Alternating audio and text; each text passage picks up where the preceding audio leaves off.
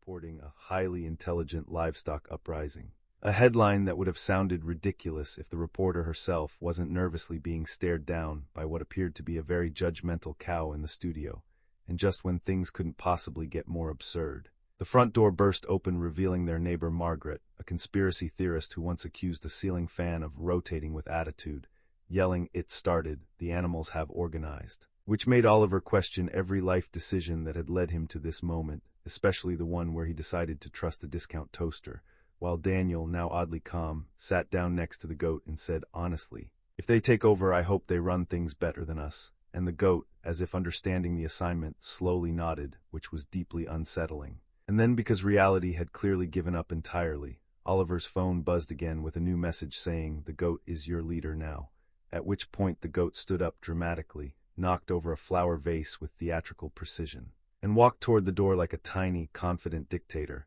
leaving behind a room full of confused humans who, against all logic and dignity, followed it outside into a street where pigeons were unusually quiet. Dogs were forming suspiciously neat lines, and somewhere in the distance, a cow rang a bell like it was calling a meeting, and Oliver, realizing he had officially lost control of his life, muttered, "I should have just stayed in bed," while Daniel patted his shoulder and said, "Look on the bright side, at least your day is interesting," which would have been comforting if the goat hadn't just turned around, adjusted its sunglasses, and winked as Oliver and Daniel followed the suspiciously confident goat down the street with the kind of reluctant obedience usually reserved for people who accidentally join fitness challenges they cannot escape. They quickly realized that the neighborhood had transformed into something between a highly organized animal conference and a mildly judgmental parade, where dogs stood in disciplined lines like they were awaiting performance reviews. Pigeons whispered in tight circles while occasionally glancing at humans with the kind of side-eye usually reserved for people who clap when a plane lands,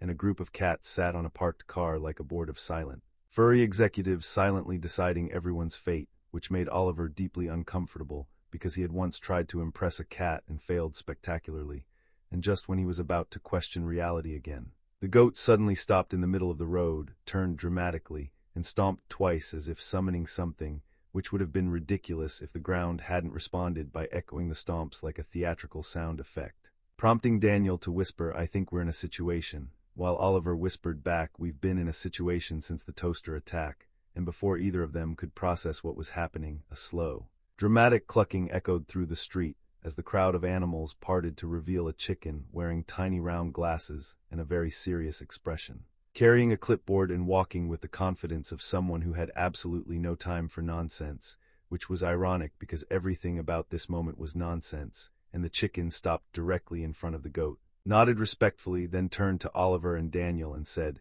in a voice far more sophisticated than either of them was emotionally prepared for, "Welcome, humans. I am Professor Cluckington, head of the Council of Advanced Livestock Strategy and part-time lecturer in applied common sense, which frankly, your species has been failing," causing Daniel to blink slowly and say, "I got roasted by a chicken," while Oliver simply accepted his fate because at this point arguing felt like extra effort, and Professor Cluckington began pacing back and forth, explaining that the animals had observed humanity for years and had collectively decided that while humans were creative, they were also deeply questionable decision-makers, citing examples such as putting pineapple on pizza and buying gym memberships in January, which made Daniel feel personally attacked, and just when Oliver thought this couldn't get more surreal, the goat cleared its throat, and stepped forward like a leader about to give a historic speech, only to trip slightly on a loose pebble and recover with impressive dignity, then announce, through a series of confident bleats somehow translated by Professor Cluckington in real time,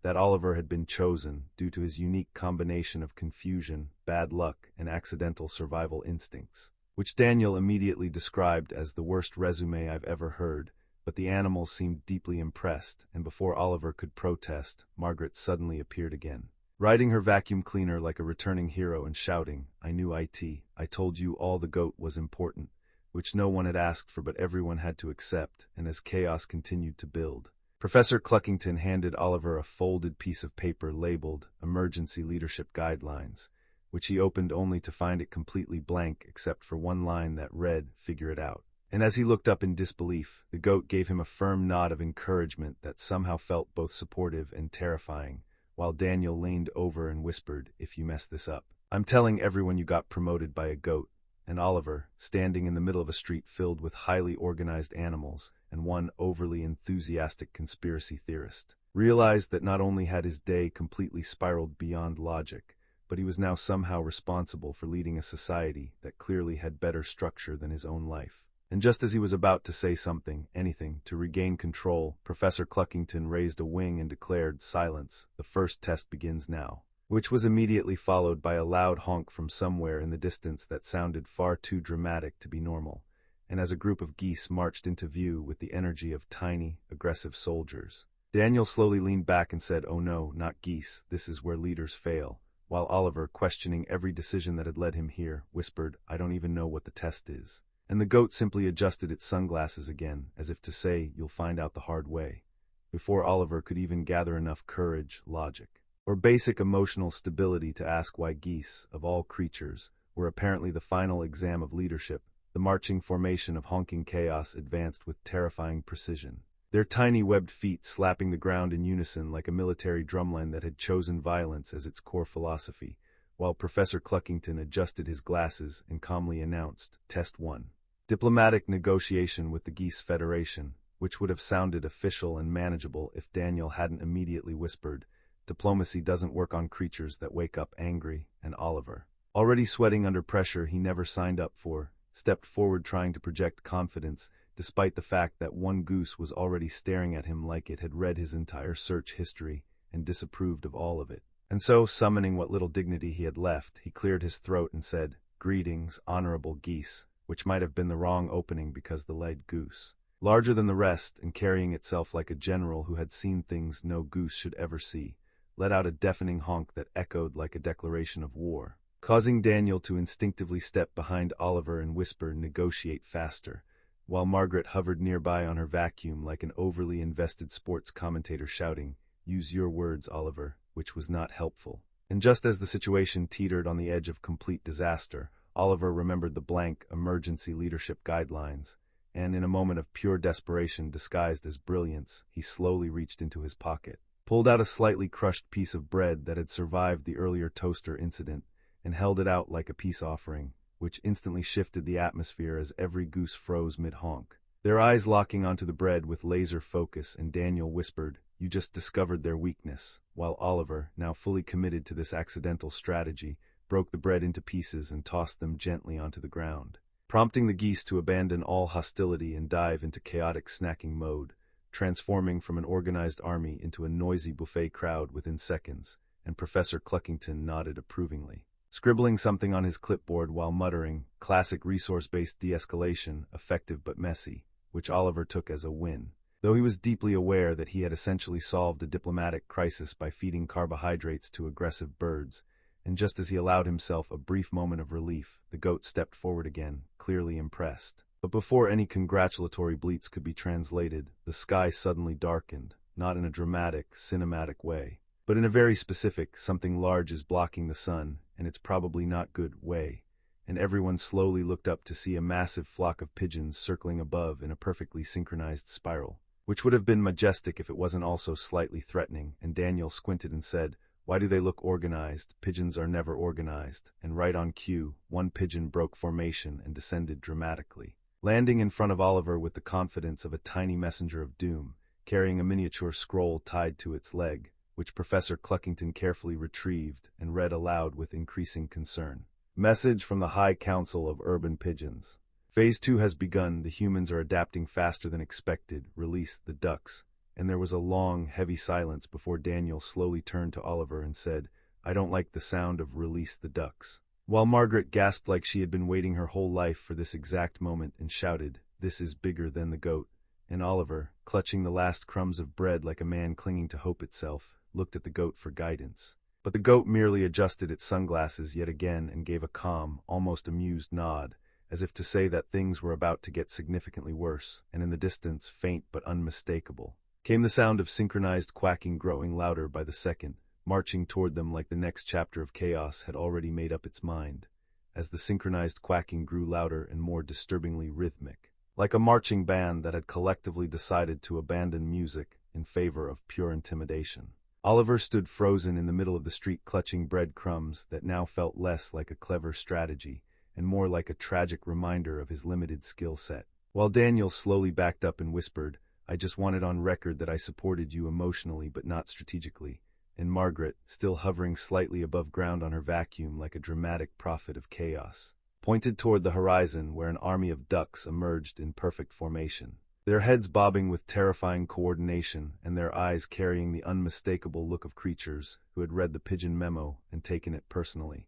And just when Oliver thought this day had reached peak absurdity, Professor Cluckington adjusted his glasses with grave seriousness and announced, "Test 2. Crisis management under avian pressure," which sounded impressive but translated loosely to "good luck, you're in danger," and the goat stepped beside Oliver like a silent mentor who refused to elaborate. While the ducks halted just a few meters away and parted dramatically to reveal their leader, a slightly larger duck with a tiny necktie and an expression of deep corporate disappointment, who cleared its throat with a soft but authoritative quack. Prompting Professor Cluckington to translate in real time, he says your previous bread-based diplomacy was noted but deemed basic, and they request a more sophisticated solution. Which made Daniel mutter they're critiquing your technique now, while Oliver, now fully aware that he was being professionally judged by waterfowl, took a deep breath and decided that if he was going to fail, he might as well fail with confidence, so he stepped forward and said, "All right. What do you want?" which the duck leader listened to carefully before responding with a series of complex quacks that sounded suspiciously like corporate jargon, and Professor Cluckington translated with increasing disbelief. They demand improved pond infrastructure, better bread quality standards, and recognition of ducks as strategic partners rather than background animals. And there was a long pause as everyone processed the fact that the ducks had unionized. While Daniel leaned over and whispered, "Honestly, they make valid points," and Oliver, realizing that this was less a confrontation and more a negotiation with highly organized professionals, nodded slowly and said, "Fine, we can negotiate," which caused the duck leader to exchange approving looks with its fellow ducks, but just as things seemed to stabilize, the pigeons above suddenly shifted formation into what could only be described as a tactical swirl of chaos, and Professor Cluckington gasped slightly, muttering, "Oh no, they're accelerating the plan," while Margaret dramatically shouted, "The Sky ONES are making their move," which did not clarify anything but definitely increased the tension, and before Oliver could ask what the plan even was, a loud rumbling echoed through the ground again, but this time it wasn't geese or ducks or any reasonably understandable animal.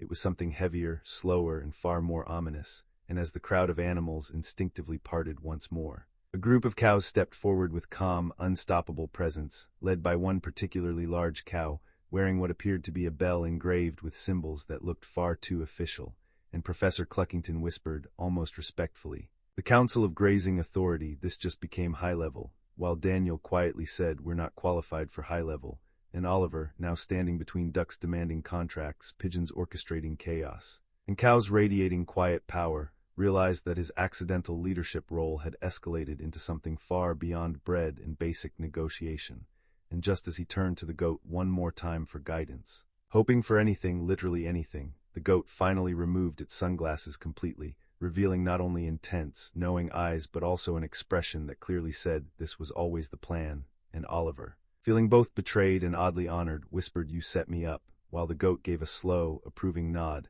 and Professor Cluckington raised his wing once more and declared with dramatic finality, "Test 3. True leadership begins now," which would have sounded inspiring if it didn't also feel like the exact moment everything could go horribly, hilariously wrong, and somewhere in the distance, faint but unmistakable, a cat yawned like it had already predicted the outcome, as the weight of true leadership settled on Oliver's shoulders like an invisible but very judgmental coat that definitely did not fit him. The street fell into a tense silence broken only by the faint, ominous chewing of a cow somewhere behind him and the quiet, synchronized breathing of ducks who clearly expected results. While Daniel leaned in and whispered, "If this ends with you being replaced by a squirrel, I'm not intervening," and Margaret hovered nearby like an overexcited documentary narrator, muttering, "This is the moment history was waiting for," which felt inaccurate but unfortunately possible, and Oliver, now fully aware that he was standing at the center of what could only be described as an interspecies political summit, with absolutely no qualifications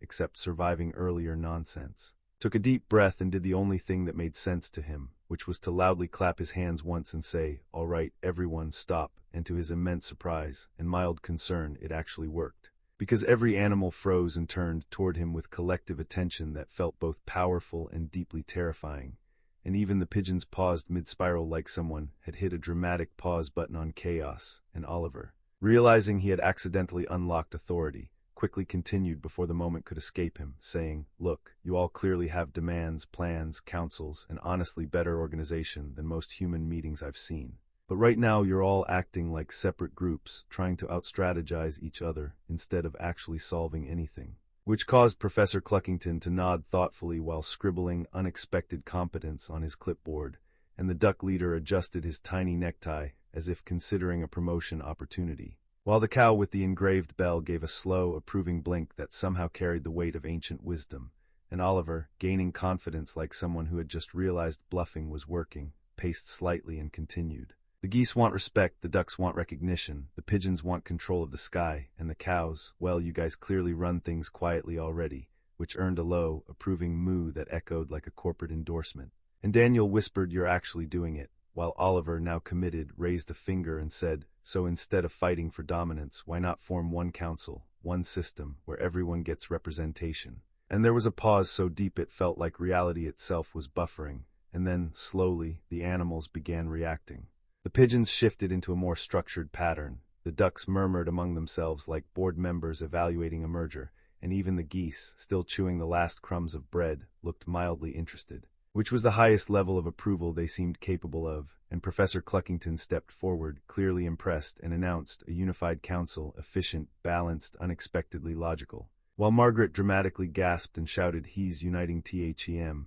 which felt excessive but technically correct, and just as Oliver allowed himself a small, cautious smile, the goat stepped forward once more, now fully serious, and let out a slow, deliberate series of bleats that Professor Cluckington translated with unusual solemnity. He says, "This was the final test. Leadership is not control, it is coordination," and Oliver blinked, processing the fact that the goat had essentially orchestrated an entire animal uprising just to teach him a life lesson, which felt both profound and extremely unnecessary. And Daniel immediately said, "I knew this was a motivational thing," while Oliver turned to the goat and said, "You could have just sent a normal message," and the goat, without missing a beat, nodded as if acknowledging that but choosing chaos anyway, and as the animals slowly began organizing into what looked like the first ever unified animal council, complete with pigeons taking aerial notes, ducks forming committees, and cows standing like silent executives, Oliver finally felt a strange sense of accomplishment, like someone who had accidentally passed an exam they didn't study for, and just as he was about to celebrate, his phone buzzed one last time, and with a mix of fear and curiosity, he looked down to see a new message that simply read, "Congratulations, Phase 1 complete," which made his smile disappear instantly as he slowly looked up at the goat and said, "There's more phases."